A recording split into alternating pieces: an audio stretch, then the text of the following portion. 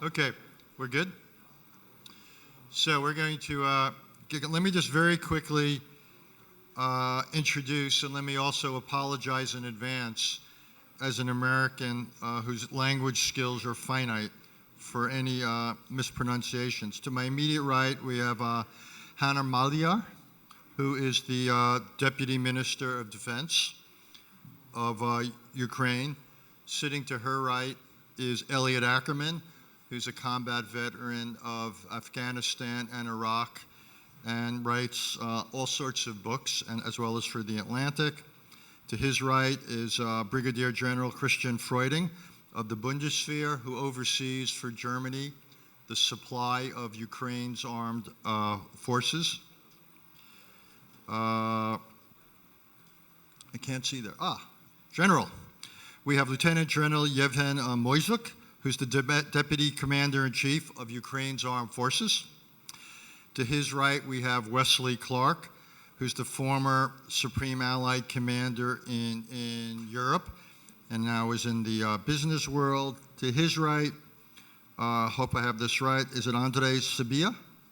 Yes, sir, who's the Deputy Head of the Office for the President of Ukraine. To his right, we have Nataliya Bugayova, who's an expert on Russia for ISW, the Institute of Study of War, and I would just say that institute has performed a real service for all of us in the regular work they produce. Last and not least, I think we have Andriy Zagorodniuk, who's chairman of the Center for Defense Strategies. So here we are meeting this morning in September, roughly 200 days into this war, since the Russian invasion. If one could say roughly 8 years into this war, if one goes back to 2014. And this war is already in the current phase gone through several phases. You had the initial buildup in the run-up to February. You then had the actual invasion, which was premised, shall we say, on a number of assumptions that proved fortunately incorrect. Then you had the Russian adaptation to their failure and a more limited focus, in particular on the south and the east, a period in which Russia made some territorial gains, building on what they had done in 2014. You then had most recently, I would say, a period that seems to be characterized by a slight, or more than slight, shift in momentum, where rather than Russian forces being on the offensive, increasingly they find themselves on the defensive, and the initiative seems to have moved to a degree to Ukraine. I just want to say, basically, as a snapshot, does that seem basically right? Or if anyone wants to say where I've gotten this wrong, that's fine. I get criticized every day. I'm comfortable. Like every married man, I know what that's like. But if I've misrepresented things, let me know. Or is that essentially right for the beginning? If it is, what I'd love to do is ask each of you to look backwards and say, what have we learned over the last 200 days or longer? What has surprised you, either about Russia, its military, about Ukraine's performance, or about war itself? Here we are in 2022, fighting a largely land battle in the center of Europe. We don't have that many experiences, fortunately, of late with large wars between countries. Most conflicts in the modern period have been within countries. This is in that sense, old-fashioned conflict. More land war than an air war, but fought with various weapon systems. So I'm curious, what has surprised you either about the performance of either protagonist or about war itself? General Clark, as the former Supreme Allied Commander, why don't I start with you? No, you need a microphone. What? Handheld mic. So first of all, everybody's commented on the incompetence of the Russian forces. And They have been surprisingly inept, but before we pass this hasty judgment on them, we have to recognize a couple of things. They came in with the expectation that they had bought Ukraine, and it was simply going to be a little bit of a coup de main to get rid of President Zelensky and then do a parade through the Maidan. And so they were not operationally deployed. And this contributed to their extreme vulnerability to the Ukrainians' adaptive tactics and courageous defense. Flooding the areas around the road from the north was a brilliant tactic. Regaining control of the airport, shooting down that transport plane that was going to come in and reinforce. There were early actions, getting rid of the 500-man detachment that was sent in to kill President Zelensky. There were early actions that turned the tide of the battle here. But the perception of early Russian incompetence has to be carefully managed, because they did have very good electronic warfare. They have very good artillery. They do have a few high-tech weapons like the Iskander missiles. So we can't, and they have behind them apparently relentless Vladimir Putin, who sees himself as Stalin in some way, or maybe Stalin and Trotsky combined. And so, got to be careful. You always have to respect the adversary.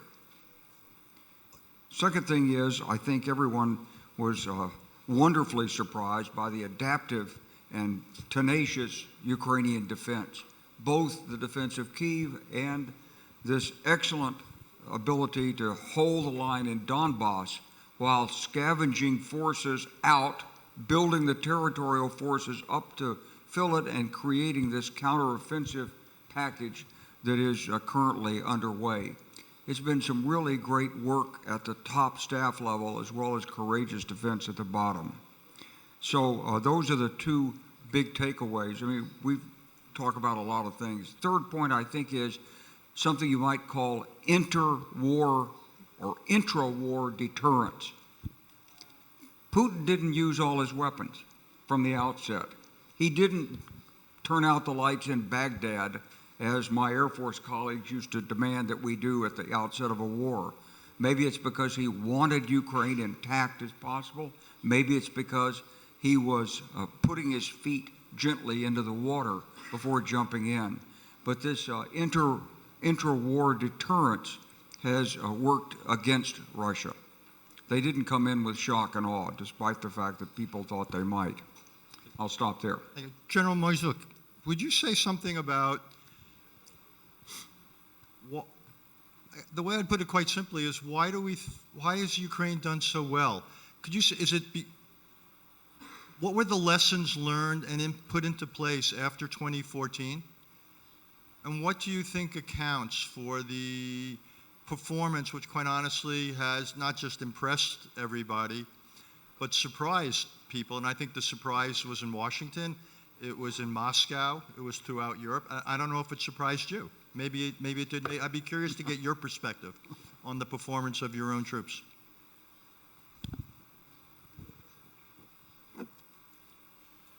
На мою думку, I believe that yet, well, whatever you take, 2014 or 2022, these months of war demonstrated that our enemy, Russian Federation, can be beaten and stopped, and should be beaten and stopped. And decisiveness of our enemy and his brutality can be stopped only with force, with power, on the lines where we would allow them to stop. We apply all possible efforts to stabilize the situation, to stop the enemy. This actually has already been resolved. They are moving very slowly, and we are even in an offensive operation which is successful so far. And this is one of the lessons that tells us that power and active actions can stop any decisive and brutal actions by Putin. with the assistance help of our partners, including material and weapons, this problem can be solved. And of course, it will not take a week or a month, but probably the next year can put us very close to our victory. The Deputy Minister of Defense, Tahana Maliar, what do you think accounts for the performance? And to what extent in particular did the training Ukraine received from the West make a difference? I'll just sort of say, I'm not an expert in this, but the difference in structure and in leadership and performance between the Russian units and Ukraine's units seems dramatic. And could you talk a little bit about that, about what happened from 2014 to 2022, and how that explains why things have turned out the way they are?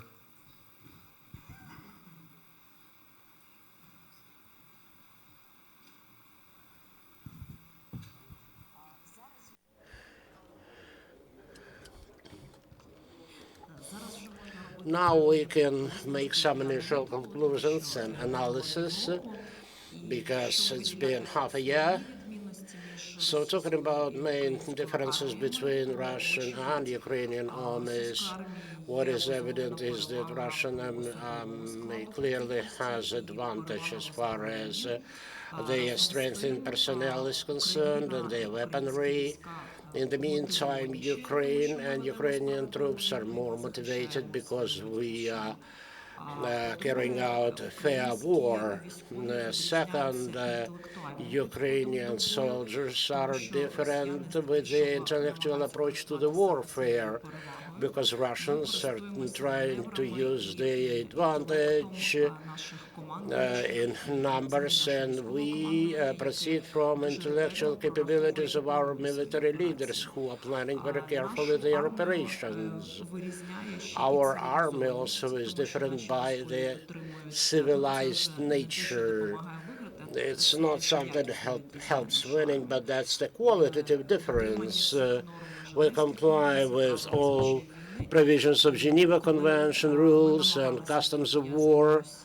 And since I'm in charge of strategic communications at the Ministry of Defense and Armed Forces of Ukraine and overall uniformed forces, we're trying to outline the main features of Ukrainian soldier.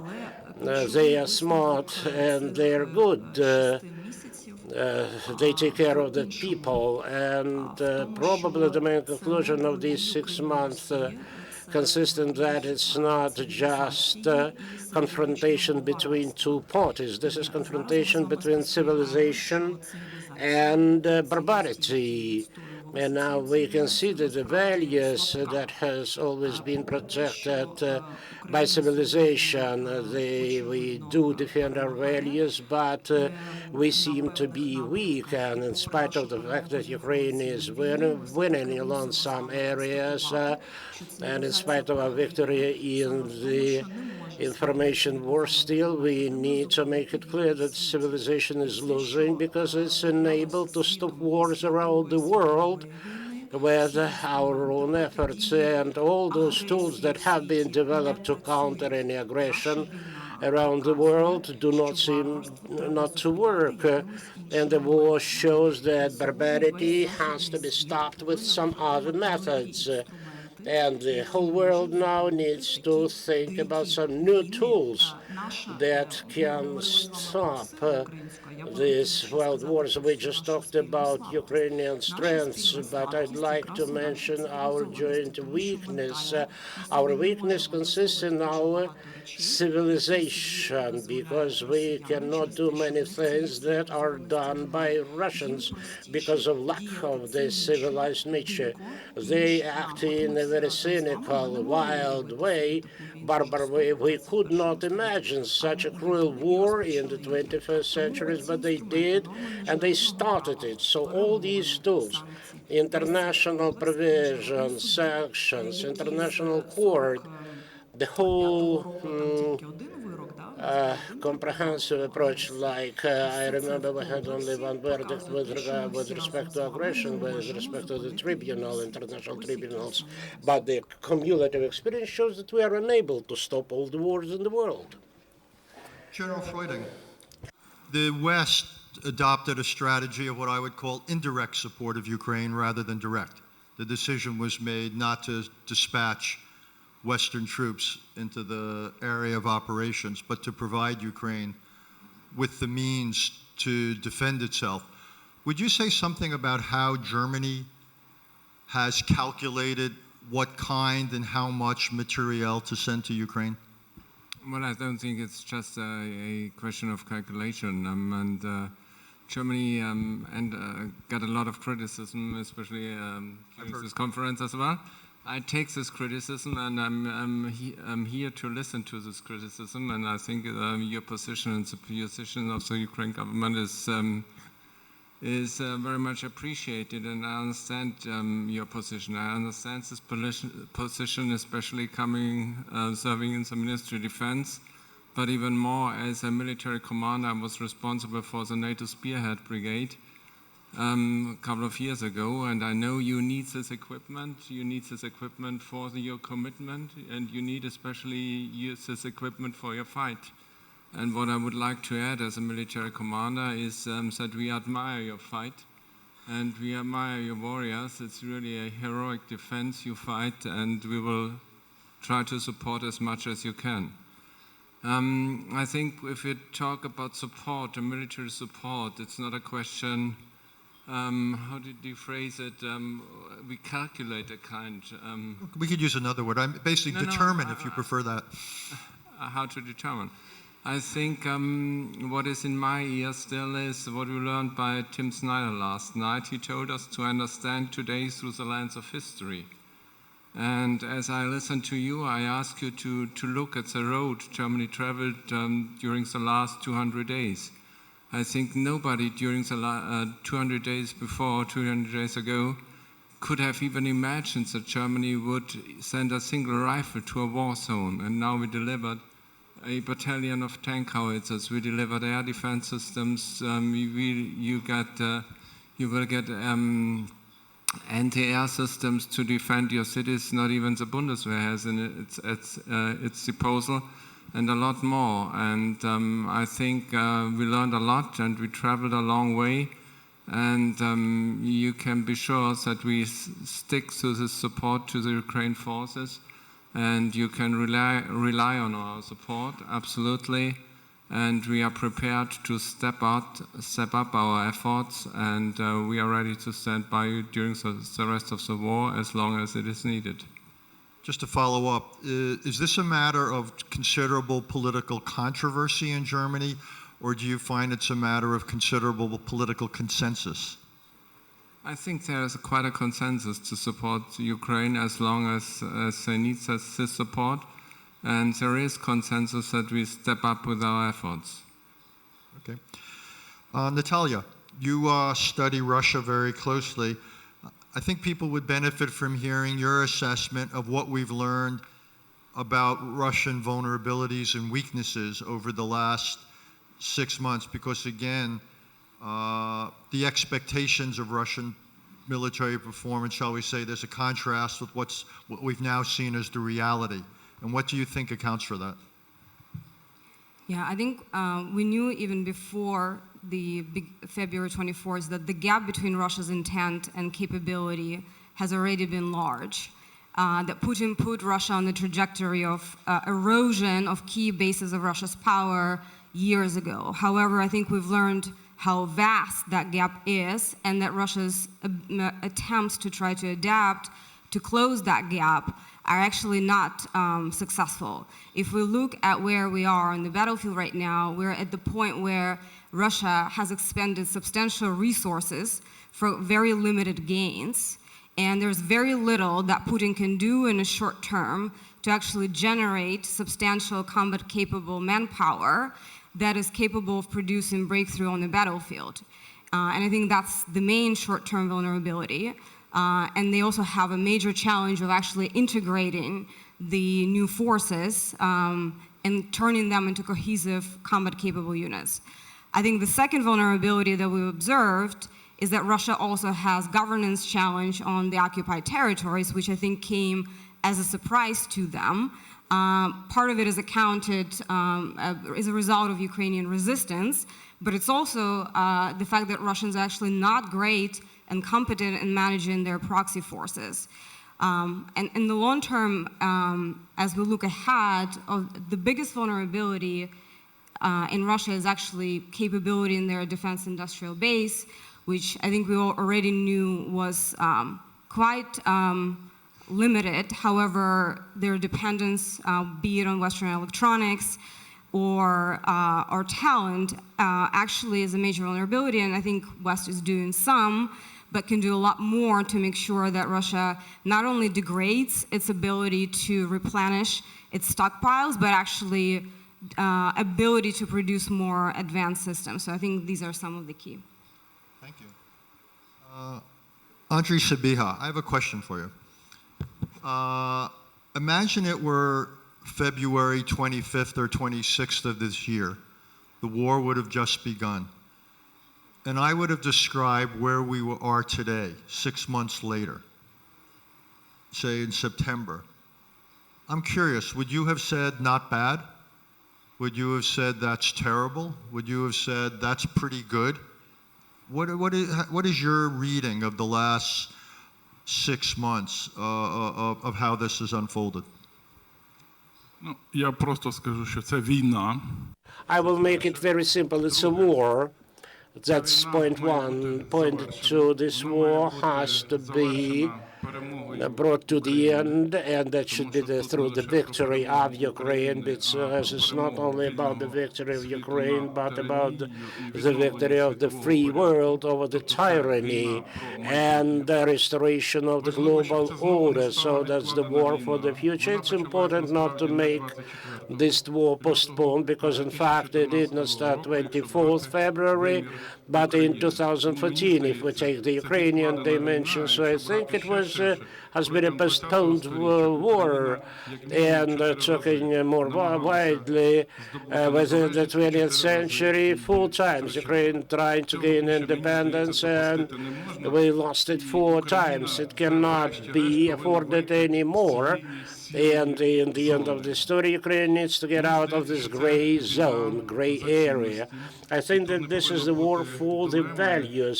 And here we should have this dilemma between the values and the price. And by the way, let me get back to the 24th. It's been, well, I think on the 26th, we understood that we would win. 25th, that's when the tanks were around Kyiv. There was clear understanding that Ukraine will protect its independence and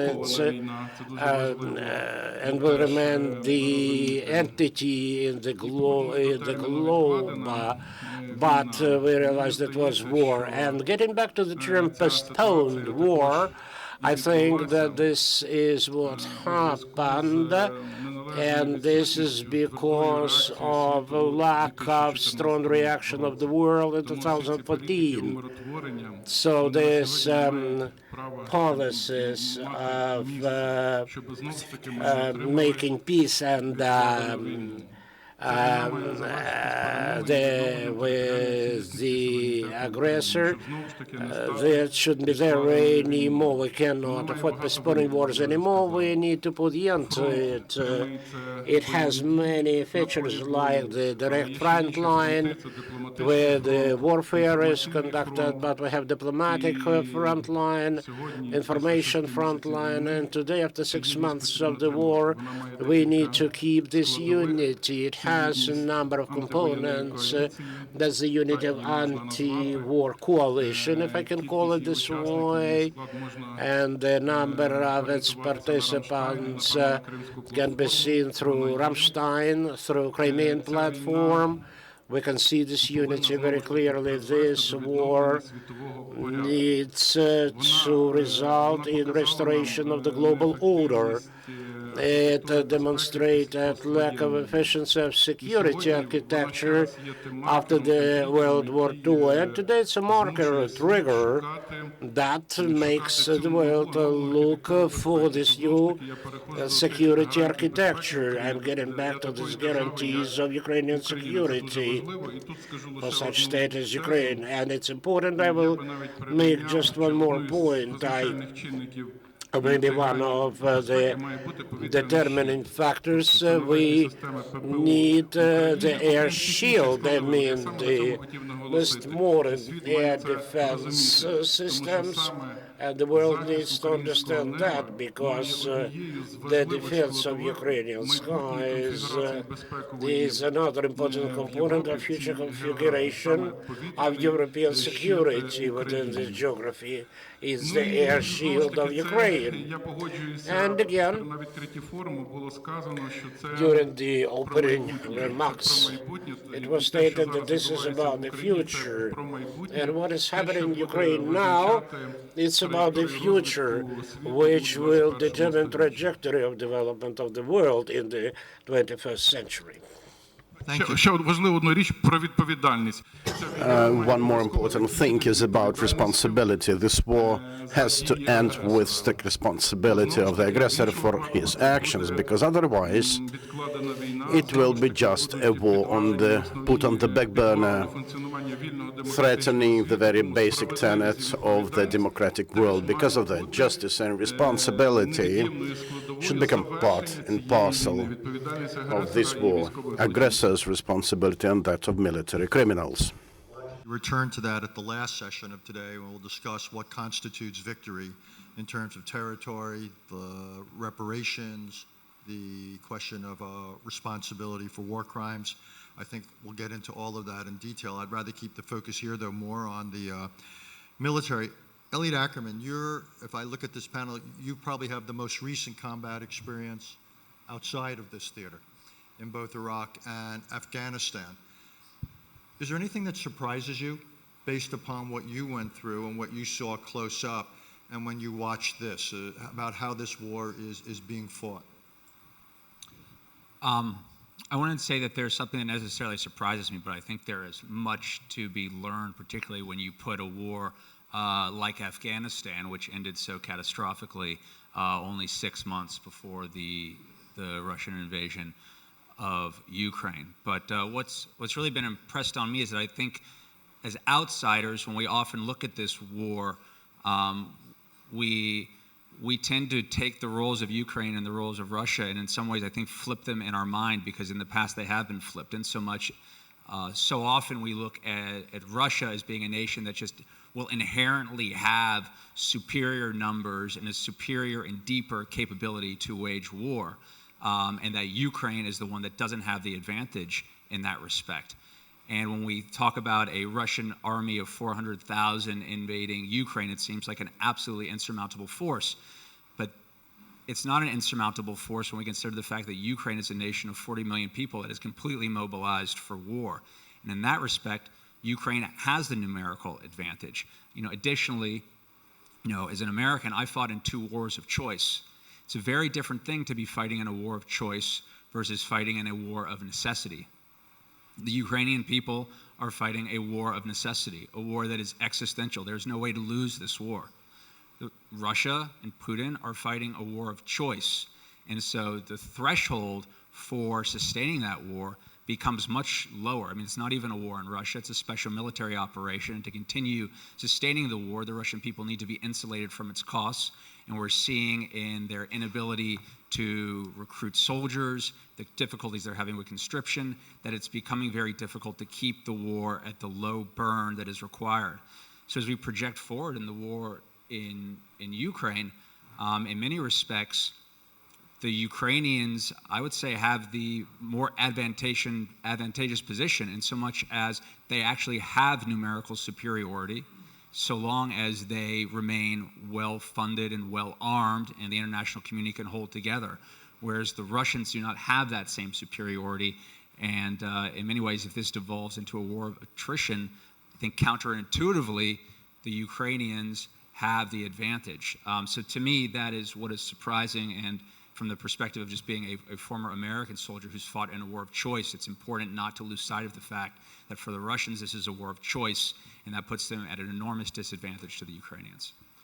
As someone who wrote a book called Wars of Necessity and Wars of Choice, I want to thank you for that plug. I teed it up, Richard. Well done. You can be on any panel anytime. Andriy Zagorodniuk, give us an overview of the last 6 months. You're someone who thinks about defense, you think about war. What do you think historians will say about the last 6 months, about what we've seen when we have the advantage of time? Thank you. So, a couple of things. First of all, we need to understand that fear of failure is one of the biggest drivers for Russians in this war. They were so certain in their superiority over Ukraine. They were so certain that they're going to win, that any mistake which they make is much harder for them than it would be for us or for any other nation. And that's why they don't call this a war. They're still afraid to call it a war, because if this is a war and they don't win it, they look stupid. And they cannot call mass mobilization. They cannot do lots of other things. For us, it's a total war. We call it comprehensive in our law, but basically it's a total war. It's a war of the whole nation. And they're still trying to show it as some sort of a regional operation. And that gives us an advantage. A second thing is that their generals are afraid to make mistakes, because as soon as a general makes a mistake, he's blamed for that. And there are an enormous amount of criminal cases in Russia for mistakes. So they stigmatize mistakes, and that's why right now we have a phenomenon when the generals are actually avoiding responsibility. That leads to the ultimate centralization of decision-making, because everybody's trying to push decisions as much upwards as possible, which in turn kills their ability to do a multi-directional approach. And that's exactly what our armed forces are using, because they are attacking from where Russians don't expect them to attack, and Russians are not capable of working multi-directionally. And obviously their huge mistake was to start with the multiple directions from the beginning, which we used in full. So that's some absolute, these factors has enormous influence on how it works. And also, there's lots of lessons learned. One of them, for example, is how new equipment works, how new weapons work against the old ones. Because Russia is based on a large magnitude and a quantity of old weapons, of old systems, which are not precise, which are covering territories with fire, like the whole areas with fire. And what we do by adopting Western weapons is actually approaching with the targeted, with the precision guided weapons, etc. And obviously, right now, even we see that the precise approach is way more competitive. So Russians are stopped being competitive, and they're afraid to fail. Honestly, that doesn't seem to be like a winning plan. So we don't have any good chances for them. Thank you. Thank you all. So I want to pivot a little bit and talk about the future. And at the beginning, I said that we seem to be entering a phase where Ukraine now is increasingly taking the offensive, is trying to regain territory that Russia came to control recently. Conceivably will reach a point where Ukraine would want to regain territory lost in 2014. So my question is, what do you need to succeed that you now don't have as this unfolds? Why don't I begin with General Moizuk? What is it you think Ukraine requires in order for this latest phase to succeed?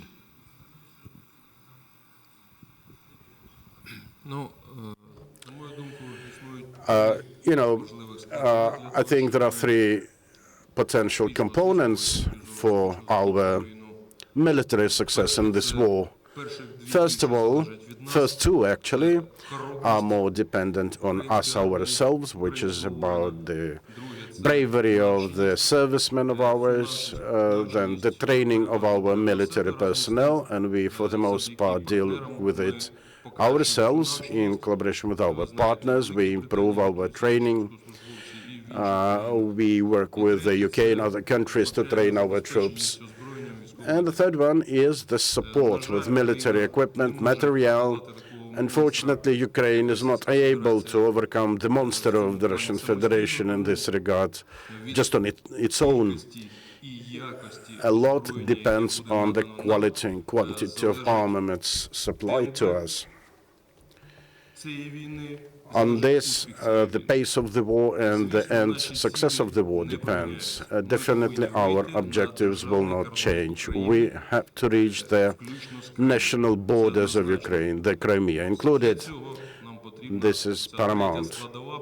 And for that, we need the third component, primarily through the support of our Western partners, again, about qualitative and quantitative supplies of equipment. This is my position. Thank you, sir. This question of regaining territory, traditionally when forces go on the offense, it requires more to mount a successful offense than a successful defense. And the question is whether Ukraine now is positioned or it's going to need significantly more support from the outside. Why don't I start with the Deputy Minister first, whether the scale of support that's required is going to be, if an order of magnitude, as great as it's been up to now, it's going to have to be much greater in order for Ukraine to succeed on the offense.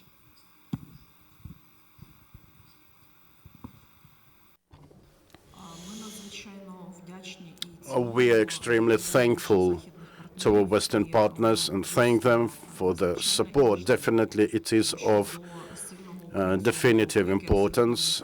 Yes, we have the strong Ukrainian spirit, which is indomitable, and we cannot be put on our knees even with threats of nuclear armaments. But definitely we need more far-reaching artillery pieces, and we need equipment to protect our skies. These are two components of our military decision. Again, I would repeat myself by saying that this is not the fight between, or war between Ukraine and Russia, but rather the war between the civilization and the medieval barbarity. And if Ukraine loses, it will be the loss of the whole world. And for the whole world, Ukraine does need resources, because this modern war is the one of resources. Next, Ukraine is definitely in need of political support, the one that we already are enjoying. This is inspiring for us. The rest we do have.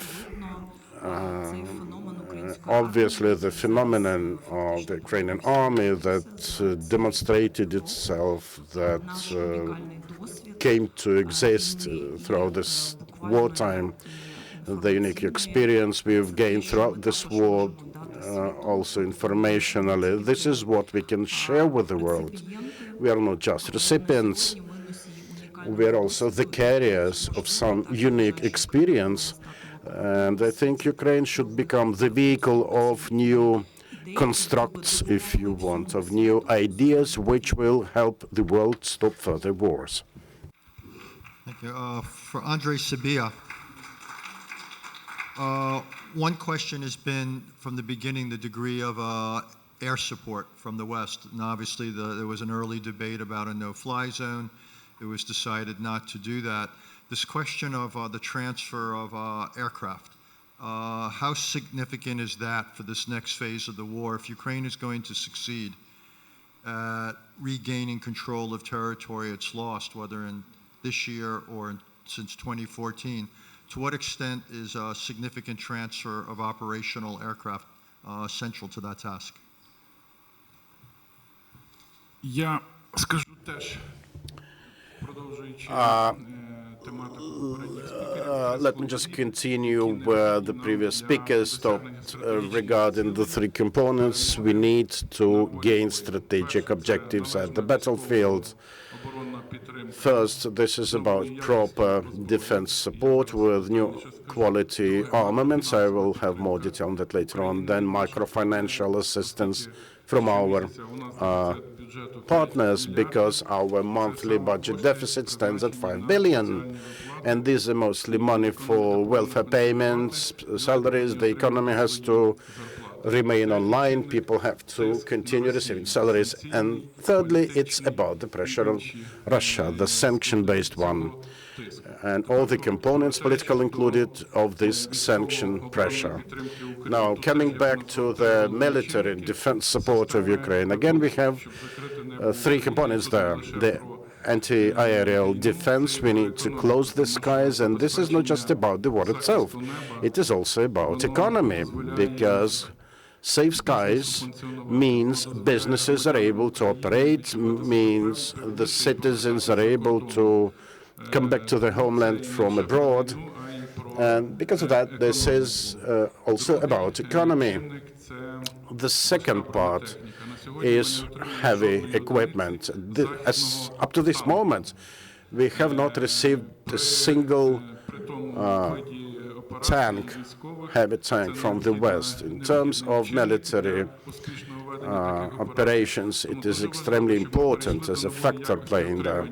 And because of that, we need to see new quality of military assistance from our partners, particularly Western tanks.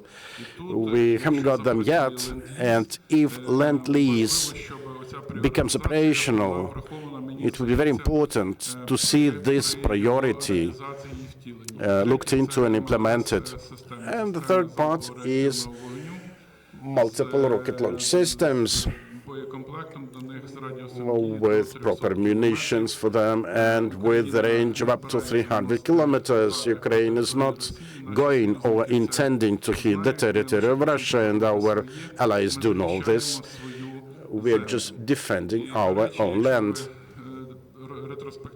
In retrospective, talking about the 6 months long experience, now we clearly understand what we need now in midterm and long-term perspective. And already now we need to think about the long-term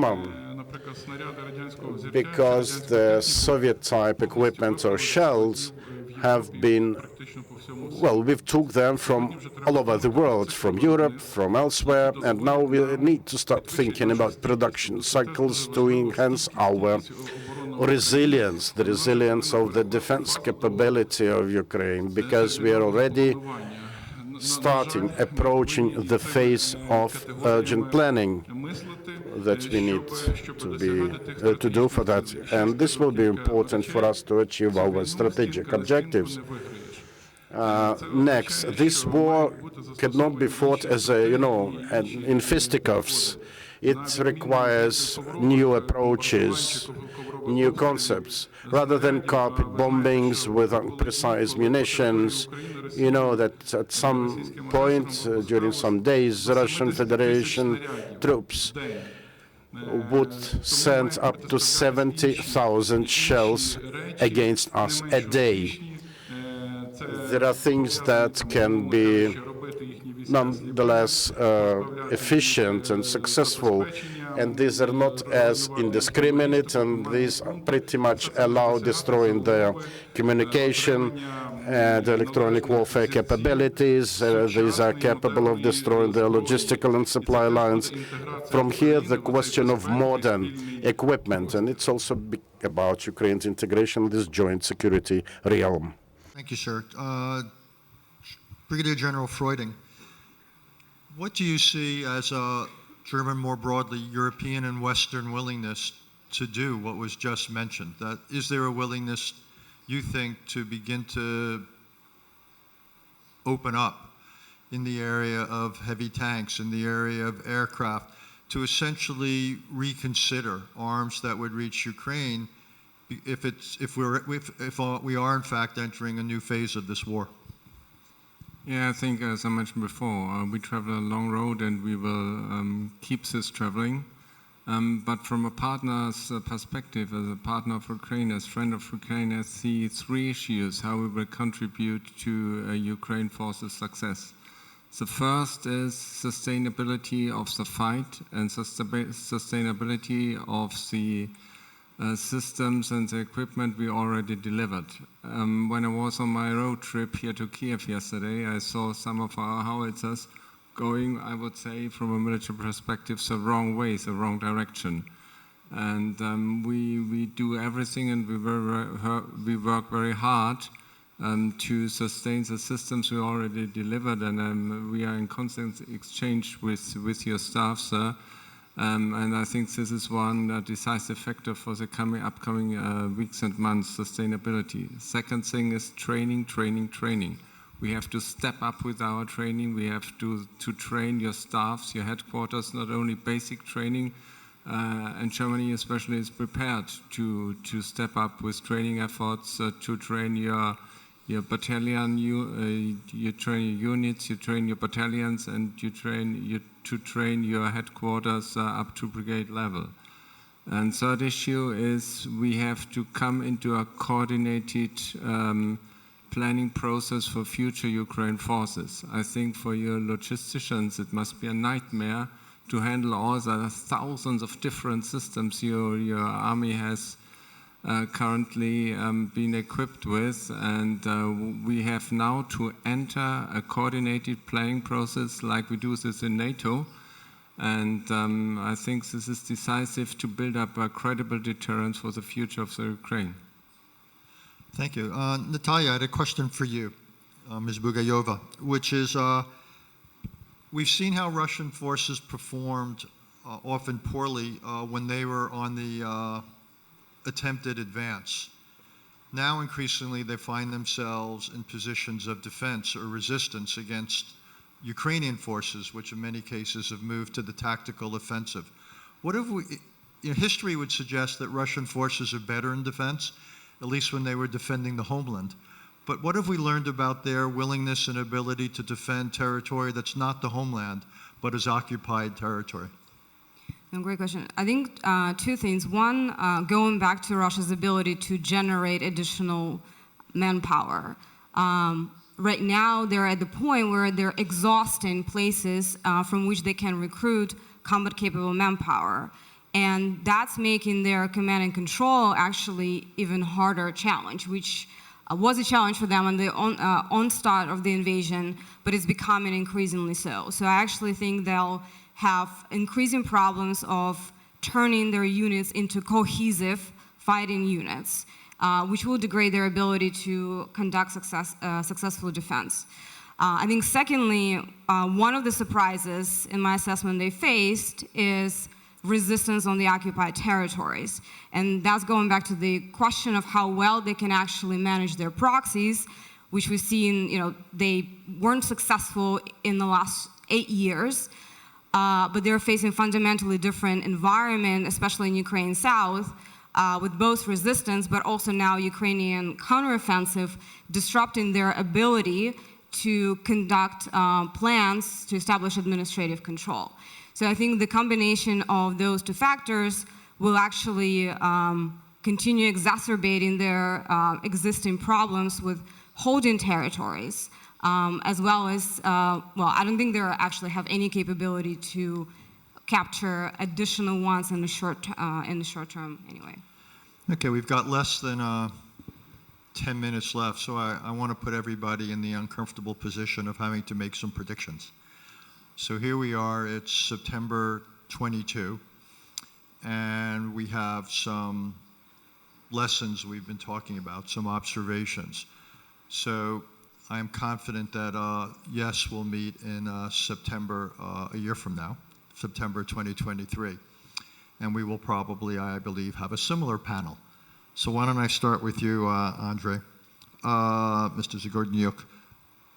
Based upon what we're seeing and what you know of the two sides, what is your sense of where we're likely to be a year from now in terms of what this war looks like, what the battlefield looks like? Well, first of all, I have absolutely no doubts that Ukraine is going to win. This is absolutely clear. Russia has no chances because they used all their chances already. So they have no room for the escalation. They have no room for growth. And basically what we see right now is the Russian maximum.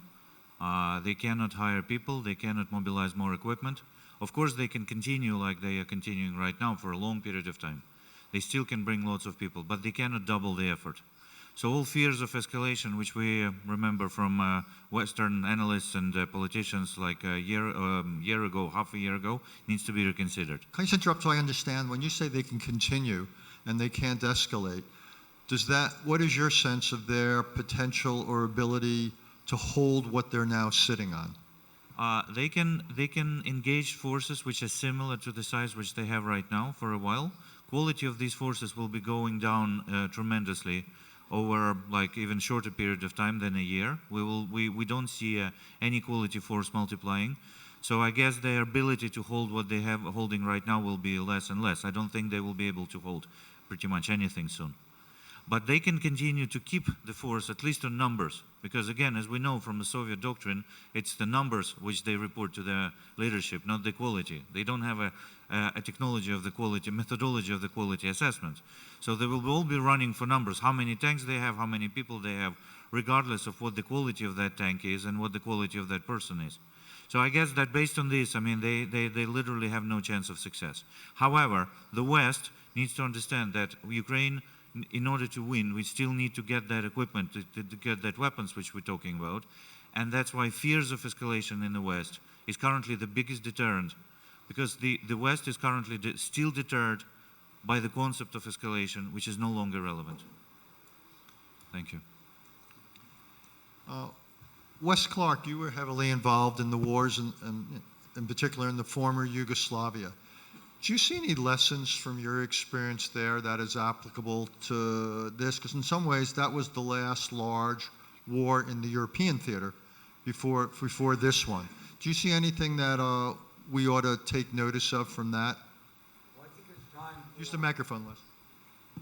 I think it's time for the West to set forth the proper conditions for ending the war, and then resource Ukraine to achieve those conditions if the Russians don't agree to the agreement. As I see former Prime Minister Carl Bildt here, we were in this process.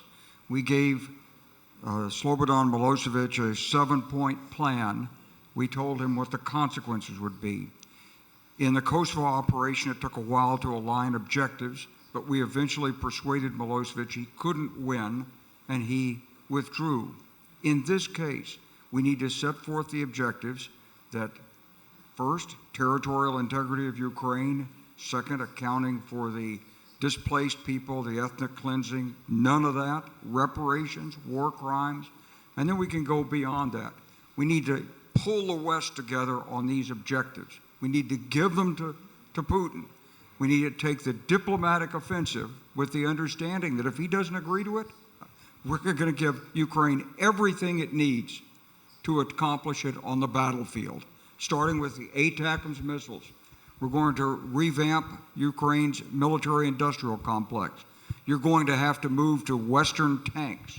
You're going to have the maintenance system for them, training system for them, the production system for it.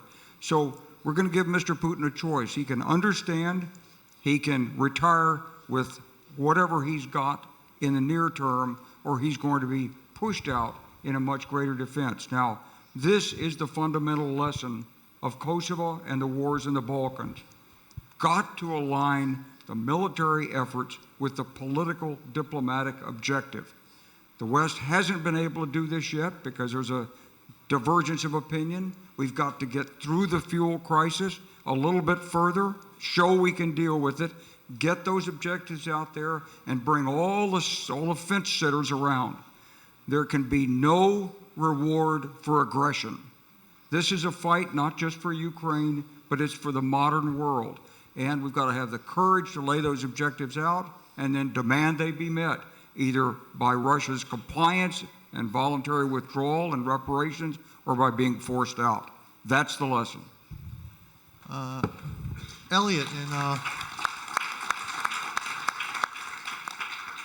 in social science, there's the theory that change often happens slowly and then happens suddenly.